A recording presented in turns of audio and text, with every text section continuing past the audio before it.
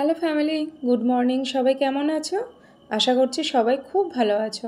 Welcome back to my another blog month Majumdar চ্যানেলে সবাইকে স্বাগত আর ভালোবাসা। বন্ধুরা, আজকে একটা নতুন ভ্লগস নিয়ে চলে আসলাম। আর আজকের ভ্লগসে তোমাদেরকে কি দেখাবো বলো তো? তোমরা টাইটেল আর থাম্বনেল দেখে কিছুটা হলেও আন্দাজ করেছো যে আজকে কি রান্না করতে চলেছি। তো বন্ধুরা, বেশি কথা বলে সময় নষ্ট না করে পুরো রান্নাটা শুরু করা যাক। তো রান্নাটা করার জন্য এখানে আমি লতি নিয়ে নিয়েছি, কচুর লতি। আমি জানি না তোমরা কারা কারা খেতে ভালোবাসো, তবে এই কচুর লতিটা যদি সুন্দরভাবে রান্না করা যায়, মানে আর কোনো তরকারি লাগবে না, কচুর লতি দিয়েই পুরো ভাতটা খাওয়া যায়। তো কচুরলতিটা খেতে আমি ভীষণই ভালোবাসি।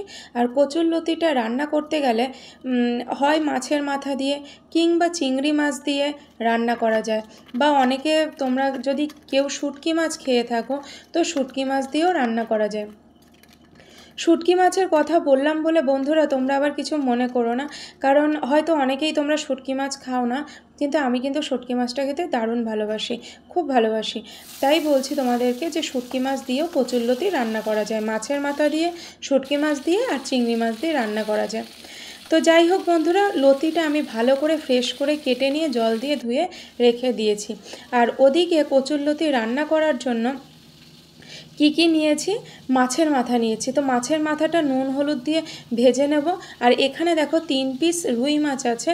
ভাবলাম যে মাছের মাথাটা ভাজছি সেই তেলেই আজকে মানে মাছগুলো ভেজে নিই, কেননা বন্ধুরা শুধু লতি রান্না করলেই হবে না, মাছের ঝোলও করব।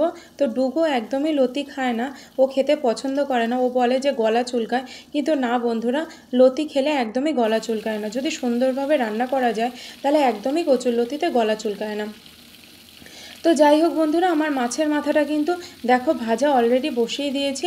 আর লতি রান্না করার সময় মাছের মাথাটা কিন্তু ভালো করে ভেজে নেবে, মাছের মাথা বলো চিংড়ি মাছ বলো, ভালো করে ভেজে নেবে। তো দেখো লতিটা রান্না করার জন্য তো মেন ইম্পর্টেন্ট জিনিসটা মাছের মাথা। আর তার সাথে দেখো এখানে নেওয়া হয়েছে পেঁয়াজ কুচি, রসুন আর কাঁচা লঙ্কা। আমি কিন্তু বেশি জিনিস অ্যাড করব না। আর বন্ধুরা, লতি রান্না করতে গেলে বেশি জিনিসের কিন্তু প্রয়োজন পড়ে না, অল্প কয়েকটা জিনিস দিয়েই কিন্তু লতিটা খুব সুন্দর করে রান্না করা যায়। তো এখানে দেখো আমার মাছগুলো ভাজা হয়ে গেছে। তো বন্ধুরা, তোমরা হয়তো ভাববে যে লতির মধ্যে কি মাছ দেবো? না বন্ধুরা, লতিটা আমি মাছগুলো আমি আলাদা রান্না করব। যেহেতু আমি মাছের মাথাটা ভেজেছি, ওই তেলেই আমি মাছটা ভেজে তুলে নিলাম, তাহলে রান্নাটা আমার তাড়াতাড়ি হয়ে যাবে। তো বন্ধুরা, লতি রান্না করার জন্য মাছের মাথাটা দেখো আমি খুব ভালো করে ভেজে তুলে রেখেছি। এবার ওই তেলের মধ্যে আমি পেঁয়াজ কুচি আর যে কাঁচা লঙ্কাগুলো ছিঁড়ে রেখেছি সেই কাঁচা লঙ্কাটা দিয়ে দিলাম। তারপরে লতিটা ওর মধ্যে দিয়ে দিলাম। আর দেখবে প্রথমে আমি যখন লতিটা দিতে গেছিলাম তখন মানে যে গামলার মধ্যে রেখেছিলাম গামলাটা ধরে দিতে গিয়েছিলাম। আমি ভেবেছি যে মানে গামলার নিচে জল নেই, কিন্তু লতিটার মধ্যে থেকে যে জল বেরিয়েছে আমার সেটা খেয়াল নেই। মানে আরেকটু যদি লতিটা চিপে নিয়ে আমি মানে লতিটা ঢালতাম গামলা থেকে, তাহলে জলটা পড়তো না। তো যাই হোক বন্ধুরা, জলটা পড়েছে, জলটা টেনে নেবে। তো ওর মধ্যেই দেখো পেঁয়াজ কুচি আর কাঁচা লঙ্কা যে চিড়ে দিয়েছি ওটা ব্রাউন হয়ে ভেজে আসলে তার মধ্যে আমি লতিগুলো দিয়ে দিলাম। এবার লতিটা কিন্তু একটু ভালো করে ভাজা ভাজা করে নিতে হবে, লবণ আর হলুদ দিয়ে ভালো করে ভাজা ভাজা করে নিতে হবে। লতি যারা রাঁধতে জানো না বন্ধুরা, তারা আমার মতন এই প্রসেসে লতি রান্না করো, তোমাদেরকে গ্যারান্টি দিয়ে বলতে পারি যারা লতি খেতে পছন্দ করো না তারাও কিন্তু লতি খেতে পছন্দ করবে। আর লতি কিন্তু খুব ভালো একটা সুস্বাদু জিনিস যদি সুন্দরভাবে রান্না করা যায়। আর লতিটা মানে শরীরের পক্ষেও কিন্তু খুব উপকারী। লতি খেলে কিন্তু রক্ত পরিষ্কার হয় এবং লতি খাওয়া শরীরের পক্ষে খুব ভালো। তো যাই হোক বন্ধুরা, ওখানে লতিটা আমি কষাতে দিয়ে দিয়েছি, মানে লবণ হলুদ আর পেঁয়াজ কুচি কাঁচা লঙ্কা দিয়ে আমি লতিটা ওখানে কষাতে দিয়েছি। তো কড়াইতে লতিটা কষছে, আর ততক্ষণ আমি কি করে নিচ্ছি তোমাদেরকে দেখিয়েছিলাম যে আমি রসুন নিয়েছিলাম, 3-4 কোয়া রসুন নিয়েছিলাম। তো রসুনগুলো কেউ তোমরা যে ঝাঁঝরিগুলো থাকে না, আমরা মানে ঝুড়ো ঝুড়ো করে যে পড়ে ওই ঝাঁঝরির মধ্যে রসুনগুলোকে ঘষে দিতে পারো, আবার একটু মানে নোড়া দিয়ে থেতো করেও দিতে পারো। আবার এই যে আমি দেখো হাতের সামনে পাইনি কিছু, নোড়াটা আর নিলাম না। তো আমি যে রুটি মানে বেলি, যে বেলনিটা, সেই বেলনির পেছনটা দিয়ে দেখো ভালো করে থেতো করে নিচ্ছি রসুনগুলো। তো রসুনগুলো এই বেলনি দিয়ে কিন্তু ভালোভাবে থেতো করা হয়ে গেছে। তো এইখান দিয়ে দেখো থেতো করা রসুনগুলো এখন আমি তরকারির মধ্যে দিয়ে দেবো, লতির মধ্যে। আর খুব বেশি পরিমাণে কিন্তু রসুন দিতে হয় না, কিন্তু রসুনটা দিতে হবে, এটা কিন্তু মাস্ট।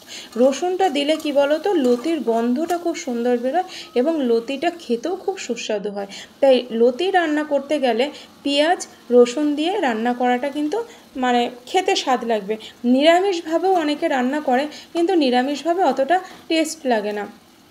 লতি মানেই হচ্ছে আমিষভাবে রান্না করতে হবে, পেঁয়াজ রসুন দিয়ে রান্না করলে লতিটা টেস্ট হয়। আর তার মধ্যে যদি মাছের মাথা কিংবা চিংড়ি মাছ পড়ে তাহলে তো জবাব নেই, মানে জাস্ট অসাধারণ হয়। তো দেখো মাছের মাথাটা আমি এখানে দিয়ে দিয়েছি। মাথাটা তোমরা যখন ভাজা করবে তখনও মানে ভেঙে নিতে পারো, আবার মাথাটা আস্ত কড়াইয়ের মধ্যে দিয়ে খুন্তি দিয়ে নাড়াচাড়া করে ভেঙে দিতে পারো, যেমন আমি করেছিলাম। এই রান্নাতে কিন্তু আমি ওইভাবেই মাথাটা ভেঙে দিলাম কড়াইয়ের মধ্যে। আর এই যে মশলাটা তোমাদেরকে দেখালাম বন্ধুরা, এটা আমার ঘরে বানানো মশলা। এই মশলার মধ্যে আছে জিরার গুঁড়ো আর গরম মশলা, মানে এলাচ দারচিনি লবঙ্গ তিনটে একসাথে ভালো করে মানে খালি খোলায় ভেজে নিয়ে পেস্ট করে নিয়েছি। তো জিরার গুঁড়ো আমি এমনি দোকান থেকে কিনে আনি না, আমি এমনি গোটা জিরে কিনে এনে আমি ওটাকে খালি খোলায় ভেজে পেস্ট করে রাখি, কারণ ওই মানে মশলাটার না টেস্টটা খুব ভালো হয়, সে কারণে আমি ওটা বাড়িতে বানিয়ে রাখি। তো যাই হোক, ওই ঘরে বানানো মশলাটা দিলাম, আর তার মধ্যে বন্ধুরা দিলাম একটু ধনে গুঁড়ো। তো ধনে গুঁড়োটা হচ্ছে অপশনাল, ধনে গুঁড়ো তোমরা দিতেও পারো, আবার ধনে গুঁড়ো তোমরা নাও দিতে পারো। যারা মনে করবে যে একটু বেশি রিচ করব তারা দিতে পারো, যারা মনে করো যে রিচ করব না তারা ধনে গুঁড়োটা অ্যাভয়েড করতে পারো, শুধু জিরার গুঁড়োটা দিলেই হবে। আর যেহেতু জিরার গুঁড়োর মধ্যে একটু গরম মশলা ছিল তো আমি দিয়ে দিয়েছি, মানে বুঝতেই পারছো মশলাটা একসাথে পেস্ট করা। তো এখানে দেখো আমার রান্নাটা কিন্তু হয়ে গেছে। আর এই রান্নার মধ্যে কিন্তু আমি জল দিইনি, তোমাদেরকে প্রথমেই বলেছিলাম যে লতি দিতে গিয়ে একটুখানি জল পড়ে গেছিলো, তো ওই জলের মধ্যে ভাপে ভাপে কিন্তু লতিটা রান্না হয়ে গেছে। আর লতি রান্না করার জন্য কিন্তু বেশি পরিমাণে জল দিতে হয় না, লতি যদি একটু মানে মোটা ধরনের হয় তবে হালকা জল দিতে হয়। তো বন্ধুরা এখানে আমার মাছের মাথা দিয়ে কচুর লতি রান্না পুরোপুরি কমপ্লিট। আজকের ভ্লগসটা তোমাদের কেমন লাগলো অবশ্যই কিন্তু কমেন্ট করে জানাবে।